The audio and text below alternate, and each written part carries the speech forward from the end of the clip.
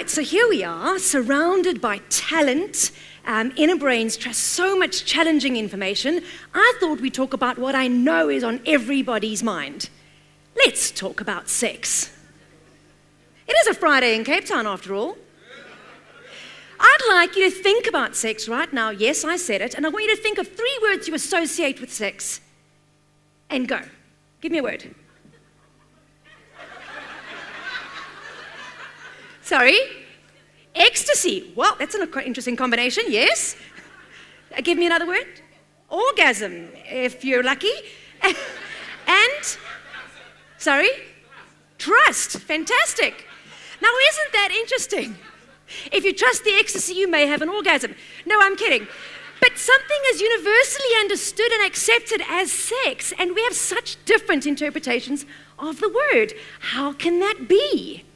You see, the biggest challenge we have in sales and communication, because by the way, life is a series of sales situations. Every day, you sell yourself, your product, your point of view, your value, or your service. We're all influencing every day. The problem is we're not as good at it as we think we are. In fact, 9 times out of 10, we're not persuasive.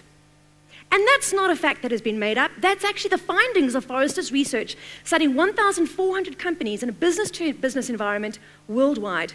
And what they found, folks, is that 89% of sales conversations are a waste of time, according to buyers.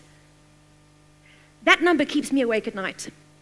It's important to find new business, make no mistake. It's important to get those seeds. But what we do with those seeds is absolutely critical. And so what I do in conferences, events, and full-day workshops is I ensure that your leaders and your salespeople have got the ability to engineer relevance into their conversations. So that when you get that precious space time with your client or the person you're wanting to influence, you can really leverage that opportunity. You see, poor communication is the #1 barrier to increased performance and increased sales. And the biggest challenge we have with communication is the illusion that it has taken place. I'm going to say that again. The biggest challenge we have with communication is the illusion that it has taken place. So how do we define conversational intelligence? I define it as IQ and EQ in the context of human interaction. How much time do we invest in becoming really good at leveraging the face time we have with our clients? So with a little time remaining, I'm going to share with you some principles that I believe are key and what we teach in the conferences and the workshops to your leaders and to your salespeople to ensure that they can engineer relevance, because engineering is intentional. And for too long, we've coasted along and landed in that conversation. And of course, what happens is we treat every conversation the same. We end up repeating the same information.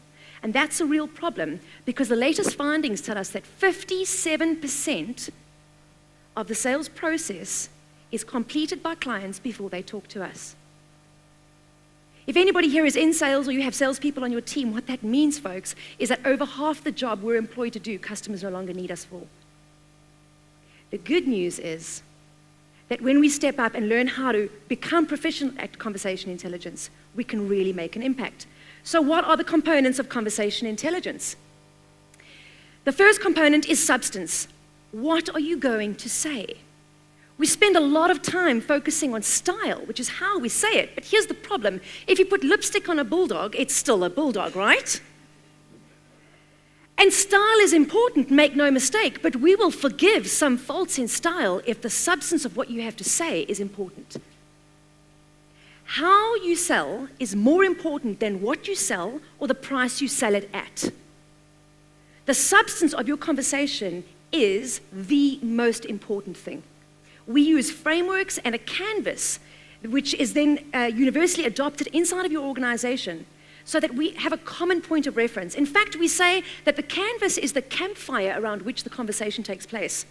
This is really powerful when you're planning a conversation that involves sales, technical, accounts, admin, strategy, because now you have a common point of reference.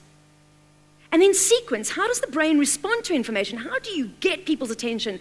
By the way, it's no coincidence I started today's conversation with sex. How do we capture people's imagination and their attention? Because we live in an attention economy. And style, how do you deliver that information? What's the right style to use? What's your style preference? And how do your clients like to listen and learn? And then last is situation. How do we apply substance, sequence, and style in the right situation every single time? Ladies and gentlemen, it has been a pleasure to be here today. Thank you very much.